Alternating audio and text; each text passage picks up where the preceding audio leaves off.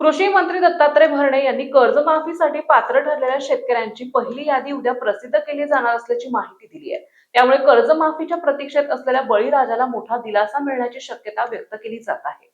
राज्यातील लाखो शेतकऱ्यांसाठी मोठी आणि दिलासादायक बातमी समोर आली आहे. कृषी मंत्री दत्तात्रय भरणे यांनी दिलेल्या माहितीनुसार कर्जमाफीसाठी पात्र ठरलेल्या शेतकऱ्यांची पहिली प्राथमिक यादी उद्या प्रसिद्ध केली जाणार आहे. तसेच 30 जुलै पूर्वी पात्र शेतकऱ्यांच्या बँक खात्यात कर्जमाफीची रक्कम थेट जमा होण्याची शक्यता आहे.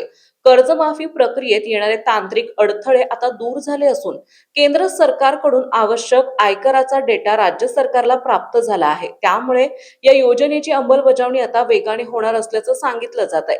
याचबरोबर सरकारने शेतकऱ्यांची फसवणूक करणाऱ्या बोगस बियाणे कंपन्यांविरोधातही मोठी कारवाई केली आहे. खरीप 2025 हंगामातील तक्रारींच्या तपासणीनंतर दोषी आढळलेल्या 81 बियाणे कंपन्यांवर थेट FIR दाखल करण्यात आले आहेत. एकीकडे कर्जमाफीची प्रक्रिया गतीने सुरू होत असताना दुसरीकडे बोगस कंपन्यांवर कठोर कारवाई करून सरकारने शेतकऱ्यांच्या हितासाठी मोठे पाऊल उचलले आहे. त्यामुळे आता राज्यातील लाखो शेतकऱ्यांचे लक्ष उद्या जाहीर होणाऱ्या कर्जमाफीच्या पहिल्या यादीकडे लागले आहे.